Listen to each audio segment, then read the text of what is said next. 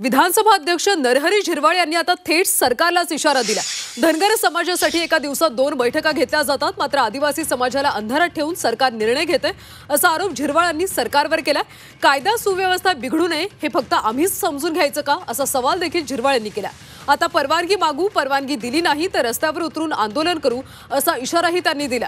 दरम्यान आदिवासी समाजाच्या आरक्षणासंदर्भात मुंबईत झालेल्या बैठकीत झिरवाळ यांनी ही आक्रमक भूमिका घेतली। त्यांच्यासाठी म्हणून एका दिवसातून बैठक, मग तो जेल काढण्याचा असेल, खिलारी कुटुंबाचे रिहॅबिलिटेशन करण्याचा असेल, अशा विषयांसाठी खूप अग्रेसिव्ह त्या ठिकाणी होत असतात किंवा झाले। कुठेही कायदा हातात घ्यायचा नाही, कुठेही कायदा सुव्यवस्था बिघडणार नाही, आपणच फक्त का म्हणून समजून घ्यायचं।